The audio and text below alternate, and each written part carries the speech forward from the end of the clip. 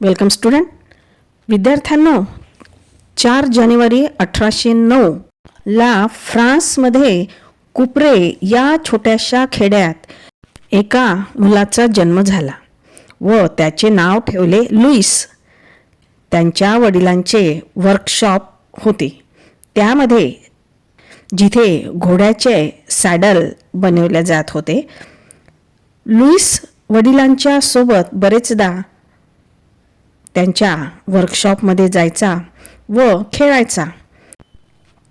वडिलांचे अनुकरण करताना एक धारदार शस्त्र घेतले व चामड्याच्या तुकड्याला मध्ये छिद्र करण्याचा प्रयत्न करीत होता.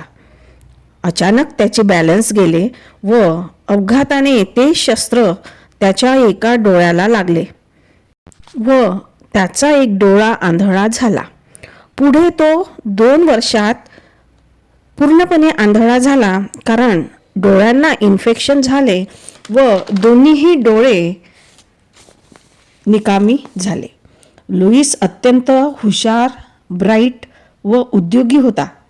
10 वर्षांनंतर तो अंध मुलांच्या शाळेत जायला लागला. पुढे त्याची ओळख एका फ्रान्स आर्मीमधील कॅप्टनशी झाले.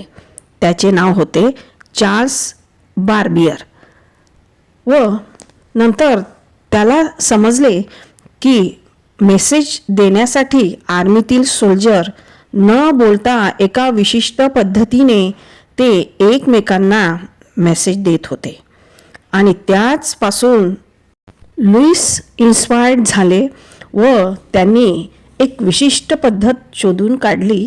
ती म्हणजे डॉट्स, कोड अँड डॅशेस एका थिक पेपरवर त्यांनी तयार केले, जे की स्पर्शांनी ओळखल्या जाऊ शकत होते. पुढे त्यांचे इम्प्रेशन त्यांनी बनवले, स्पर्शांनी ओळखल्या जाऊ शकत होते.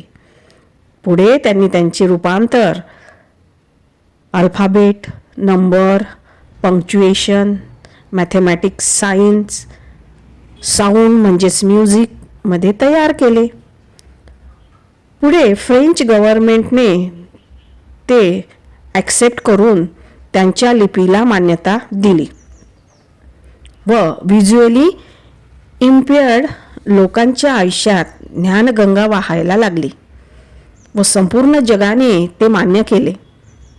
आज असंख्य अंध विद्यालये संपूर्ण जगभर चालविले जातात व जगाचे कल्याण करण्याचे महत्त्वाचे काम लुईस ब्रेल यांनी केले. असेही शिक्षणतज्ञ संशोधक ग्रेट लुईस ब्रेल यांनी ही अशी विशिष्ट लिपी डेव्हलप केली. अशा या महान मानवाचे निधन 6 जानेवारी 1852 मध्ये पॅरिस, फ्रान्समध्ये झाले. त्यांना शतशः नमन.